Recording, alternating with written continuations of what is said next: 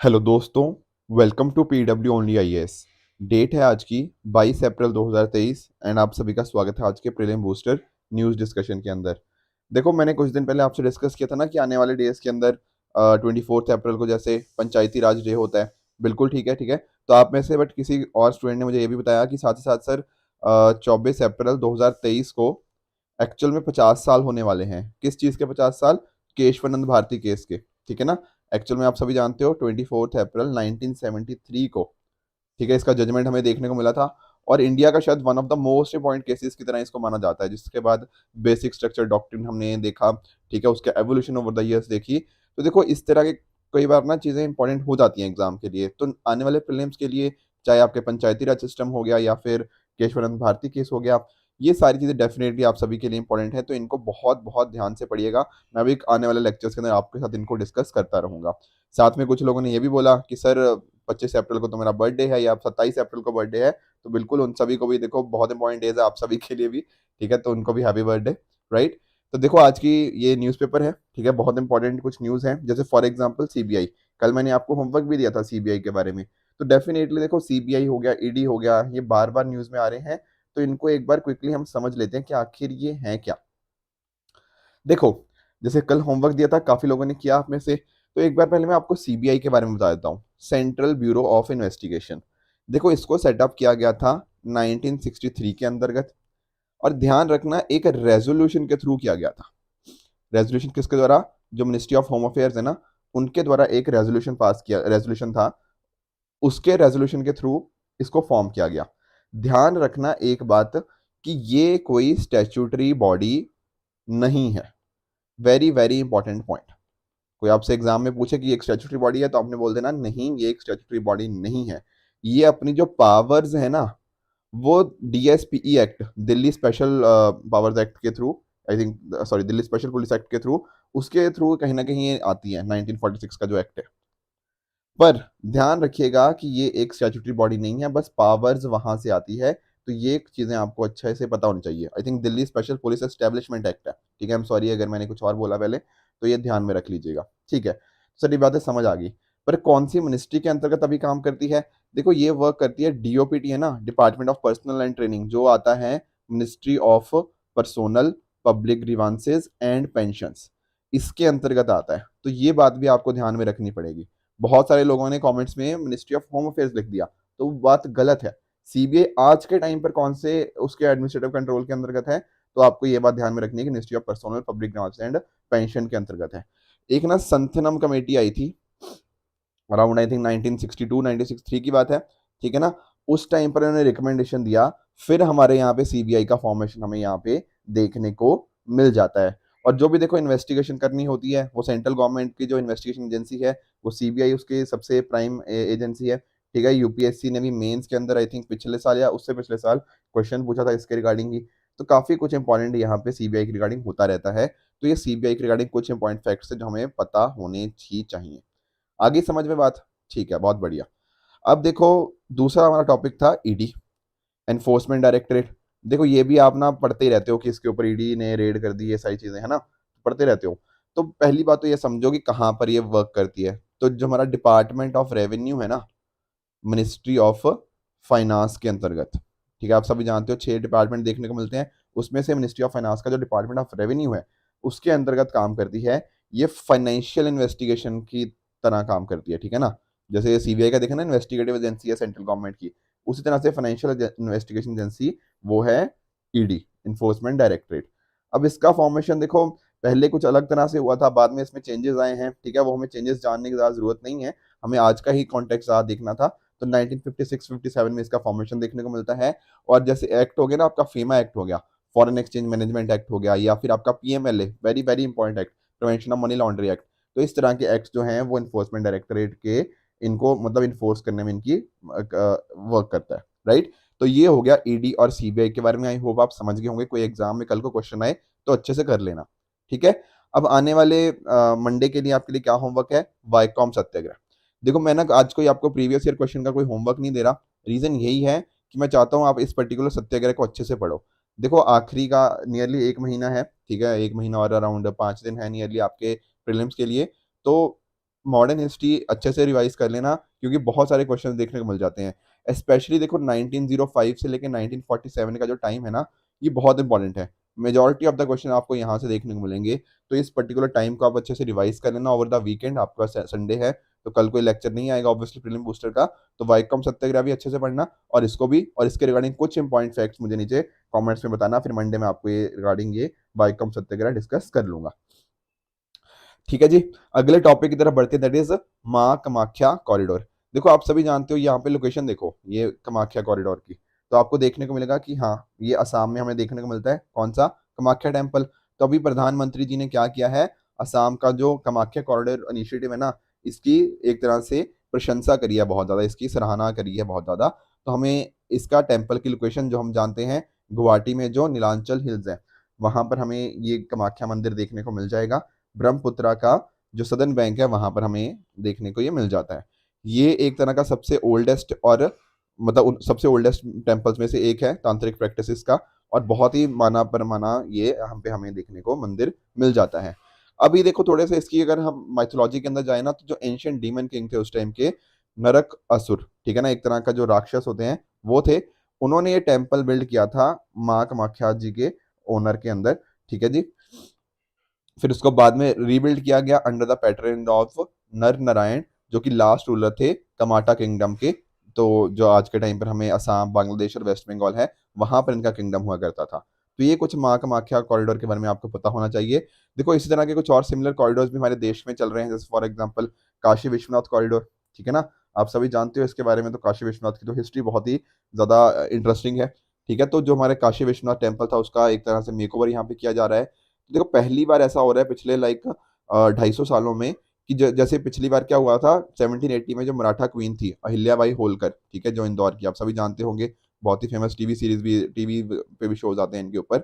तो इन्होंने रेनोवेट करवाया था काशी विश्वनाथ टेम्पल को। उसके बाद अब जाके ये काशी विश्वनाथ कॉरिडोर हमें 250 साल बाद नियरली फॉर्म होता होगा, उसका मेकओवर देखने को मिलता है। उसी तरह से श्री महाकाल लोक कॉरिडोर, ये कहाँ पर है सर? ये देखो, ये हम बात करें उज्जैन डिस्ट्रिक्ट के अंदर जो महाकालेश्वर है ना, वहां पर ये हमें देखने को मिल रहा है महाकाल महाराज मंदिर परिसर विस्तार योजना। तो ये कुछ इंपॉर्टेंट कॉरिडोर्स हैं जो हमारे देश में यहाँ पे चल रहे हैं। अगले टॉपिक की तरफ बढ़ते हैं, that is coalition of coastal cities to combat marine litter. देखो एक ना not for profit, non profit organisation है, centre for science and environment. इसने लॉन्च किया है क्या? Coalition of coastal cities to combat marine litter. अब देखो इसका मीनिंग क्या है, आप खुद देखो। कई बार तो हम लोग ना, देखो आप लोगों ने भी ना ऐसा सुना होगा कि जितने हमारे ओशियंस हो गया, हमारे सीज हो गया, इनके अंदर जितनी फिश नहीं है ना, उससे ज़्यादा तो हमारे यहाँ पे प्लास्टिक इस पर्टिकुलर एरियाज में जा चुकी है। ठीक है, मतलब पानी में प्लास्टिक ज़्यादा है और फिश कम है। आई बात समझ में? तो इस तरह की ना मेरीन लिटर बहुत ज़्यादा एक इशू बन चुका है आज के टाइम के ऊपर, और इसकी वजह से इम्पैक्ट क्या होता है? इम्पैक्ट, उसका नेगेटिव इम्पैक्ट हमारा जो मेरीन इकोसिस्टम होता है उसके ऊपर देखने को मिलता है, उनकी लाइफ के ऊपर देखो थ्रेट देखने को मिल जाता है। Plus at the same time UPSC एक बार आपसे माइक्रो प्लास्टिक के रिगार्डिंग में क्वेश्चन पूछ चुकी है कि माइक्रो प्लास्टिक इतना ज्यादा हार्मफुल कैसे है इक्वेटिक इकोसिस्टम के रिगार्डिंग। ठीक है ना, तो बहुत छोटे छोटे वहां पे पार्टिकल्स होते हैं जो उनके अंदर चले जाते हैं और उससे उनकी डेथ भी हो जाती है। तो मेराइन लीटर जो है ना एक बहुत ही मेजर इशू है। अगर कहीं ना कहीं हम देखो प्रॉपर इसकी मैनेजमेंट कर लें, जैसे फॉर एग्जाम्पल जो सॉलिड वेस्ट है एक तरह से, ठीक है ना, वो लैंड बेस्ड मिसमैनेजमेंट की वजह से कहीं ना कहीं 80% वो कहाँ जाता है, वो लैंड से सी पाथवेज में कहीं ना कहीं चला जाता है, जो ओशियंस में इन द एंड मिल जाता है। तो इन सभी चीजों को हमें ठीक करने की जरूरत है। तो जो ये कोलिशन है ना, coalition of coastal cities to combat marine litter, ये इसी प्लास्टिक पोल्यूशन को कहीं ना कहीं टैकल करने की कोशिश करता है, जो कि मेराइन इकोसिस्टम के वेस्ट का नियरली 90% है। अगर आप जरा देखोगे ना, तो India nearly 460 million ton of plastic produce करता है, और इसमें से नियरली 2-2.25% के करीब करीब वो लीक कर जाता है मरीन इकोसिस्टम से, और इससे जो वहाँ की जो मरीन इकोसिस्टम है वो नेगेटिव इम्पैक्ट हुआ। ठीक है ना, मरीन लाइफ वहाँ पे इम्पैक्ट हुई। तो ये कुछ देखने को मिलते हैं। जो साउथ एशिया सीज की अगर हम बात करें, यहाँ पर तो बहुत ज़्यादा इम्पैक्ट देखने को हमें मिला है। ठीक है ना, जहाँ पर nearly 5.6 million ton plastic waste per year हमें लीकेज हमें यहाँ पे देखने को मिल जाती है। देखो इंडिया की अच्छी खासी कोस्ट लाइन है, 7,517 किलोमीटर की। ठीक है, नियरली 9 स्टेट्स और 6 कोस्टल डिस्ट्रिक्ट्स यहाँ पर हैं। तो ये नियरली 25 करोड़ लोगों को और वहाँ की रिच बायोडायवर्सिटी का होम है। तो अगर हम कहीं ना कहीं अच्छी पॉलिसीज यूज करें, जैसे फॉर एग्जांपल हमने सिंगल यूज प्लास्टिक बैन की बात करी हुई है, एक्सटेंडेड प्रोड्यूसर रिस्पॉन्सिबिलिटीज की, मैं कहने का मतलब क्या कि जो इसने कोई प्लास्टिक प्रोड्यूस करी है कहीं ना कहीं वो वापस से उसको अपने पास भी कलेक्ट करे, फिर उनको रिसाइकल वगैरह करने की कोशिश करी जाए। तो इस तरह से हम अगर हम मैनेज करेंगे ना इन प्लास्टिक वेस्ट को, तो जो मेरीन लिटर होता है उसको हम कंट्रोल कर पाएंगे। इसी वजह से एक कोलिशन हमें देखने को मिली है, coalition of coastal cities to combat marine litter. ध्यान रखना किसके द्वारा लॉन्च किया गया है, centre for science and environment के द्वारा। अगले टॉपिक की तरफ बढ़ते हैं, that is city nature challenge. अभी क्या है, हमारी इंडिया की 30 से भी ज्यादा सिटीज पार्टिसिपेट कर रही हैं किसके अंदर, सिटी नेचर चैलेंज के अंदर। अब समझने की कोशिश करते हैं कि सर सिटी नेचर चैलेंज आखिर है क्या। देखो, दुनिया में बहुत सारे प्लांट, बहुत सारे वाइल्ड लाइफ हमें देखने को मिल जाते हैं। आपके हो सकता है घर के आसपास भी कोई प्लांट हो, कोई वाइल्ड लाइफ हो, और इसको ना हो सकता है ये प्लांट या वाइल्ड लाइफ को कहीं हमने डॉक्यूमेंट ना किया हो, ठीक है ना, क्योंकि अलग अलग तरह के हमें अभी भी तो हमने कौन सा पूरी दुनिया के प्लांट्स को डिस्कवर कर लिया है, नहीं किया ना। तो यहाँ पर क्या होता है ना, ये एक चैलेंज है। इसके अंतर्गत क्या होता है, आपके पास एक ऐप है, उस ऐप का नाम क्या है, आई नेचुरलिस्ट, ठीक है सर। अब इस पे अंदर क्या होगा, आप अपने आसपास ना कोई पेड़ देखते हो मान लो, या कहीं पर भी एक पेड़ देखते हो, आप क्या करोगे, इस पेड़ की फोटो क्लिक करोगे और वहां पर अपलोड कर दोगे। फिर वहां पर जो ऐप होगी वो आर्टिफिशियल इंटेलिजेंस का यूज करेगी, ठीक है ना। एक तरह से स्पीशीज का, ये जो अगर एक नई स्पीशीज है तो स्पीशीज का एक नाम सजेस्ट कर दिया जाएगा। साथ में ही आपकी जो ऐप है ना, उसने आपसे पहले लोकेशन की इंफॉर्मेशन मांगेगा, तो वहां पे जीपीएस के थ्रू क्या होगा, आपकी जो इमेज की लोकेशन है वो कहीं ना कहीं ऑटोमेटिकली पिक हो जाएगी। अब इसके बेसिस पे क्या होगा, फिर बाद में ऑब्जर्वेशन को कंफर्म कर लिया, फिर जो हमारे साइंटिस्ट हैं, वो रिसर्चर्स हैं, वो इस डेटा को देखेंगे और कहीं ना कहीं देखेंगे यार कि इस एरिया में अलग ही बायोडाइवर्सिटी है, ठीक है ना। तो यहाँ पर इस तरह से हमें देखने को मिलता है। तो अगर आपकी सिटी में कहीं ना कहीं देखा गया कि सबसे ज्यादा ऑब्जर्वेशन आपकी सिटी की है, तो आपकी सिटी विनर बन जाएगी।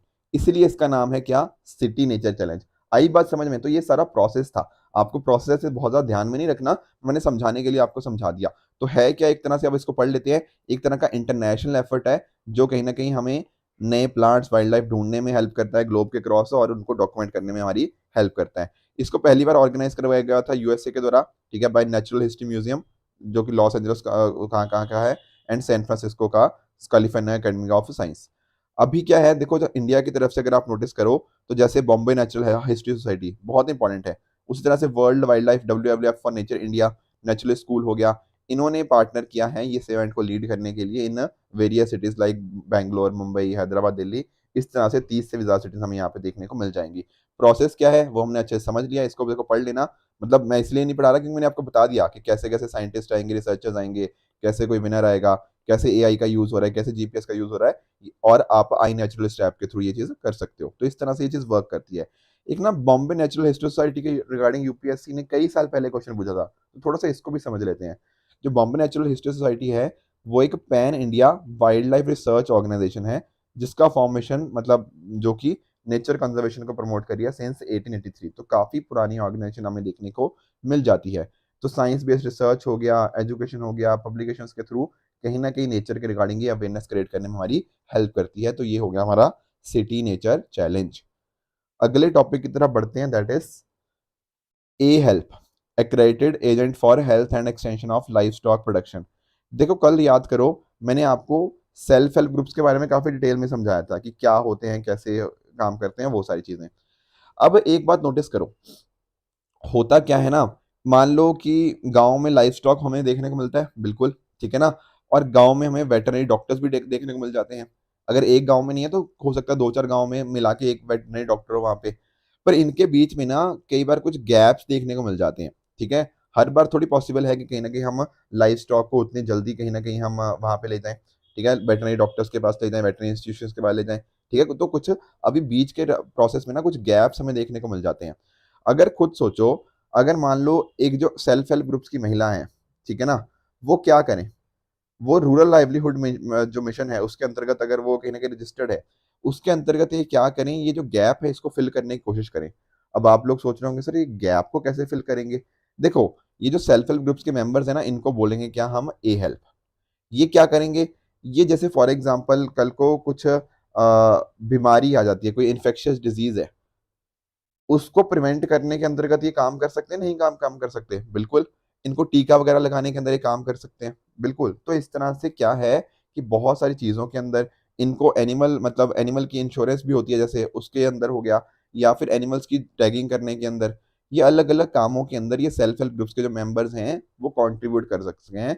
और इसीलिए इनका नाम क्या दे दिया गया है, a help, accredited agent for health and extension of livestock production. तो जो भी गैप्स हमें देखने को मिलते हैं ना with regards to veterinary production, वो हमें फिल करने के अंतर्गत, उस वॉइड को फिल करने के अंतर्गत ये ए हेल्प हमें हेल्प करेंगे, ठीक है ना। जो भी हेल्थ केयर नीड्स होंगी लाइफ स्टॉक पॉपुलेशन की एक गांव के अंदर, वो यहाँ पे सेल्फ हेल्प ग्रुप्स की वुमेन मेंबर्स उसके अंदर ही ये चीज कंट्रीब्यूट कर सकती हैं। राष्ट्रीय गोकुल मिशन के अंतर्गत आप जानते हो जो आर्टिफिशियल इंसेमिनेशन होता है, टैगिंग हो गया, इन्फेक्शियस डिजीज हो गया, इन सभी के रिगार्डिंग यहाँ पे काम किया जा सकता है। एक एमओयू साइन हुआ है, मेमोरेंडम ऑफ अंडरस्टैंडिंग, किसके बीच में, department of animal husbandry and dairying हो गया एंड साथ साथ नेशनल रूरल लाइवलीहुड मिशन, ताकि एक तरह से जो सेल्फ हेल्प ग्रुप्स का प्लेटफॉर्म है ना उसको हम इस पर्टिकुलर चीज के अंतर्गत यूज कर पाए, ठीक है। इसका जो ट्रेनिंग प्रोग्राम है वो ज्वाइंटली रन किया जा रहा है by ministry of rural development and साथ साथ ministry of fisheries, animal husbandry and dairying. तो ये आप समझ गए होंगे ए हेल्प। कई बार ना एग्जाम में इतना ही पूछ लेते हैं कि ए हेल्प न्यूज में था, ये आखिर है क्या, तो एटलीस्ट आप वहां पे आइडेंटिफाई करने के लायक होने चाहिए। अगला हमारा टॉपिक है डिजिटल हाईवेज। जो हमारी एनएचएआई है, national highway authority of India, उसने अनाउंस किया है कि वो 10,000 किलोमीटर के अराउंड मतलब इतना ऑप्टिकल फाइबर केबल इंफ्रास्ट्रक्चर यहाँ पे क्रिएट करेंगे बाय द फिस्कल ईयर 2025। अब यहाँ पर ना दो चीजें हमें समझनी है, एक तो ऑप्टिकल फाइबर केबल क्या होता है, दूसरा डिजिटल हाईवेज क्या होते हैं। देखो डिजिटल हाईवेज की बात कर लो, डिजिटल रोड्स की बात कर लो, ये एक तरह के डिजिटल प्लेटफॉर्म्स हैं जो कि आपको पब्लिक एंड प्राइवेट सर्विसेज देते हैं। देखो एक्चुअल में हमारा कोशिश पता क्या है, ये हाईवेज के क्रॉस ना, एक तो पहली बात हम जैसे ऑप्टिकल फाइबर कनेक्शंस हैं ये सारा प्रोवाइड करें, प्रॉपर इंफ्रास्ट्रक्चर हो पाए, साथ ही ये सारा इंफ्रास्ट्रक्चर ऐसे वर्क करे कि ये जो पूरा रोड है बहुत ही डिजिटली वेल मेंटेन्ड हो। मैं आपको समझाता हूँ, जब मान लो इसकी कंस्ट्रक्शन होनी है, तो जब इसकी कंस्ट्रक्शन हुई तो वहां पर हमने डेटा टेक्नोलॉजी कनेक्टिविटी का यूज किया, ठीक है ना। उसके बेस पे क्या हुआ, कैसे कंस्ट्रक्शन होनी है, कहाँ पर होनी है, किस तरह की चीजें काम वहां पे डेटा के थ्रू हम हमारे पास इनपुट्स आते रहेंगे। Plus at the same time कल को मान लो इस पर्टिकुलर रोड के ऊपर कोई ना कोई कंस्ट्रक्शन होनी है, ठीक है ना, कोई छोटी सी कंस्ट्रक्शन भी है, तो जो हमारे कहीं ना कहीं जो वर्कर्स हैं उनको डिजिटली कहीं ना कहीं मैसेजेस चले जाएंगे। जो लोग हमारे ट्रैवल कर रहे हैं उनके पास भी इंफॉर्मेशन चली जाएगी कि आप इस वाली लेन को थोड़ा अवॉइड कीजिए, यहाँ पर या इस जगह पे थोड़ा सा रुकावट है, ठीक है ना। तो ये सारी चीजों में आपको हेल्प करेगा। मेंटेनेंस हो गया, उसको भी डेटा के थ्रू आप कहीं ना कहीं ट्रैक कर पाओगे कि यार ये वाला एरिया खराब होने की पॉसिबिलिटी रखता है, यहाँ पर कल को हो सकता है कोई एक्सीडेंट हो जाए तो उसको भी डिजिटली ट्रैक कर लिया जाएगा, ठीक है। तो बहुत सारी चीजें यहाँ पे हमें देखने को मिल जाती हैं। प्लस साथ ही साथ यहाँ पे ऑप्टिकल फाइबर जो केबल्स हैं उनका इंफ्रास्ट्रक्चर इंप्रूव होगा, तो कहीं ना कहीं सेफ ट्रैवल हो गया, हमारी क्विकर डिलीवरीज हो गया, बेटर एक्सपीरियंस सभी को यहाँ पे मिल पाएगा। तो ये हो गया डिजिटल हाईवे के रिगार्डिंग। ऑप्टिकल फाइबर केबल के बारे में थोड़ा समझें। देखो फाइबर ऑप्टिक केबल्स क्या होती हैं, ट्यूब्स की तरह होती हैं जो कि एक बहुत इंपॉर्टेंट चीज के ऊपर वर्क करती है, that is total internal reflection. ये बिल्कुल आपको ध्यान में रखना है टीआईआर के बारे में। देखो जब भी हम बात करते हैं ना, तो जब मैं बात करता हूँ इनकी ऑप्टिकल फाइबर केबल्स की, तो आप नोटिस कीजिएगा कि जो यहाँ के बीच में जो क्या करते हैं, ये लाइट को यूज करते हैं इंफॉर्मेशन को सेंड करने के लिए।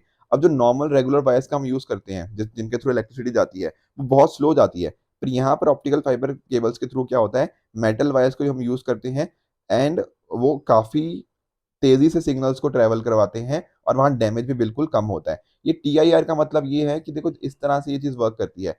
अगर आपके पास एक ट्यूब है ना एक तरह की, तो वहां पर जितना भी वहां से लाइट गई उतना ही कहीं ना कहीं इस पर्टिकुलर एरिया पे पूरा रिफ्लेक्ट होता है, इसीलिए इसको बोलते हैं टोटल इंटरनल रिफ्लेक्शन। कहने का मीनिंग क्या, complete reflection of a ray of light with in a medium. जैसे फॉर एग्जांपल वाटर और ग्लास हो गया, तो यहाँ से जितनी लाइट गई उतनी ही टोटल रे रिफ्लेक्ट हो जाएगी। इस वजह से कहीं ना कहीं ह्यूज अमाउंट ऑफ डेटा को ट्रेवल करवाने के लिए ये टीआईआर का जो टेक्निक है अंडर ऑप्टिकल फाइबर केबल जिसको यूज करता है वो बहुत ज्यादा हमारे लिए हेल्पफुल हो जाती है। तो इनका अगर मान लो कोई बेंड वगैरह होता है, तो बेंड को भी इस तरह से डिजाइन किया जाता है कि वो सारी की सारी जो लाइट रेज है वो इनवर्ड ही बेंड हो जाए, जैसे हमने टीआईआर में देखा भी। अब इसके डेवलपमेंट आप देख सकते हो, तो जो ओएफसी नेटवर्क है वो डेवलप किया जाएगा by national highway logistic management limited, जो कि एक स्पेशल पर्पस व्हीकल है national highway authority of India का ही। अब यहाँ पर ना इन्होंने देखो जैसे for example Delhi Mumbai express भी हो गया, उन्होंने भी ये एनएचआईए ने ये आइडेंटिफाई किया है। हैदराबाद बैंगलोर कॉरिडोर का कुछ एरिया आइडेंटिफाई किया गया है जहाँ पर डिजिटल हाईवे का डिप्लॉयमेंट होगा। हमारे जो 5G और 6G का टेक्नोलॉजीज हैं उनके रोल आउट के लिए बहुत हेल्प होने वाले हैं। तो इस तरह से हम ऑप्टिकल फाइबर केबल्स के थ्रू कहीं ना कहीं डिजिटल हाईवे के नेटवर्क को इंप्लीमेंट करने की यहाँ पे कोशिश कर रहे हैं। थोड़ा NHAI के बारे में अगर हम देखना चाहें तो आप देख सकते हो कि national highway authority of India को सेटअप किया गया था एक एक्ट के थ्रू 1988 में पास किया गया था, NHAI एक्ट। इसका काम यही है कि नेशनल हाईवे डेवलपमेंट प्रोजेक्ट को कहीं ना कहीं उसको देखना, साथ में ही कोई मान लो प्रोजेक्ट है डेवलपमेंट मेंटेनेंस मैनेजमेंट का, वो यहाँ पे देखेगा। मेजर हाईवेज को अपग्रेड करना हो, उनको चेंजेस करने, उनको रिहेबिलिटेट करना हो, ये सारे हमें NHDP के अंतर्गत जो NHAI यहाँ पे रन करता है उसका रिगार्डिंग हमें यहाँ पे पॉइंट फंक्शन देखने को मिल जाता है। ठीक है, कोशिश यही होती है कि टाइम बाउंड और कॉस्ट इफेक्टिव मैनर्स के अंदर हम कहीं ना कहीं अपनी सड़कों को अच्छे से बना पाएं, ठीक है ना, और कहीं ना कहीं देश की इकोनॉमिक वेलबींग के अंदर कंट्रीब्यूट कर पाएं। तो ये कुछ टॉपिक्स थे जो आज हमें देखने थे। कल मैंने एक प्रीवियस ईयर क्वेश्चन दिया था आपको, बहुत ही सिंपल सा क्वेश्चन है, देखो मैंने क्लास में समझा ही दिया था कल। यहाँ क्या कह रहा है, parliament of India can place a particular line 9th schedule of constitution of India. बिल्कुल, पार्लियामेंट बिल्कुल प्लेस कर सकता है, कोई दिक्कत ही नहीं है। फिर दूसरा स्टेटमेंट था कि validity of a law placed in 9th schedule cannot be examined by any court and no judgment can be made on it। देखो क्लियरली मैंने स्पेसिफाई कर दिया था कि सुप्रीम कोर्ट इसके अगेंस्ट बोल चुका है कि बिल्कुल उसके अगेंस्ट जजमेंट दी जा सकती है, वो एग्जामिन कर सकता है कोर्ट। तो सेकंड स्टेटमेंट यहाँ पे गलत है, आपका सही आंसर क्या है, option number A, 1 only. Getting the point. अब देखो आज जो हमने डिस्कशन किया उसके बेसिस में आपसे 5 क्वेश्चन यहाँ पे पूछ रहा हूँ। इन 5 क्वेश्चंस का आंसर आप मुझे जो कमेंट सेक्शन में बताओगे कौन सा ठीक है कौन सा गलत है।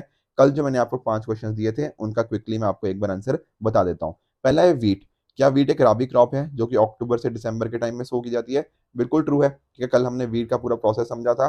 दूसरा, जो ये स्कीम है PTPNER, promotion of tribal products from north east region, क्या एक सेंट्रली स्पॉन्सर्ड स्कीम है? The answer is false. ये क्या थी, एक सेंटर सेक्टर स्कीम थी, जितना भी सारा पैसा आ रहा था वो सेंट्रल गवर्नमेंट के थ्रू आ रहा था। नोडल मिनिस्ट्री यहाँ पे हमें जानते हैं मिनिस्ट्री ऑफ ट्राइबल अफेयर्स देखने को मिल जाएगी। फोकस यही था कि कहीं ना कहीं जो हमारे ट्राइबल आर्टिसंस है उनको प्रॉपर लाइवलीहुड अपॉर्चुनिटीज मिल पाए, एंड इनकी जो लॉजिस्टिक्स हो गया, मार्केटिंग हो गया, वो सारे प्रोडक्ट्स के ऊपर हम अच्छे से वर्क कर पाए। तीसरा statement, animal welfare board of India, क्या ये स्टैट्यूटरी बॉडी है जो फॉर्म की गई थी prevention of cruelty to animal act के अंतर्गत? बिल्कुल ट्रू है, ठीक है, ये थर्ड स्टेटमेंट यहाँ पे आपकी बिल्कुल ठीक है। यहाँ पे ये प्रीवियस ईयर क्वेश्चन ही है बल्कि यूपीएससी का। चौथे स्टेटमेंट की तरफ चलते हैं, संगठन से समृद्धि। क्या यहाँ पे फोकस है कि जितने हमारे एलिजिबल रूरल वुमेन है उनको सेल्फ हेल्प ग्रुप्स के होल्ड में लेके आए? तो ये बात भी बिल्कुल ट्रू है, कल हमने इसको भी सेल्फ हेल्प ग्रुप्स को काफी डिटेल में जान लिया था। पांचवा स्टेटमेंट हमारा, 9th शेड्यूल ऑफ कॉन्स्टिट्यूशन, क्या कोई कोर्ट इसको एग्जामिन नहीं कर सकता एंड कोई जजमेंट इसके अगेंस्ट नहीं करी जा सकती? ये तो फॉल्स है, ये तो अभी अभी हमने प्रीवियस ईयर क्वेश्चन भी देखा है, ठीक है। तो इसी तरह से इन 5 क्वेश्चंस का आंसर, साथ में वाइकॉम सत्याग्रह के बारे में आप मुझे सबके सब लोग कमेंट्स में बताओगे, ठीक है ना। बहुत कम लोग आजकल कमेंट्स कर रहे हैं, तो मेक श्योर कि आप इसके रिगार्डिंग मुझे बताइए वाइकॉम सत्याग्रह के बारे में, क्योंकि आने वाले प्रीलिम्स के लिए आपके लिए बहुत इंपॉर्टेंट है।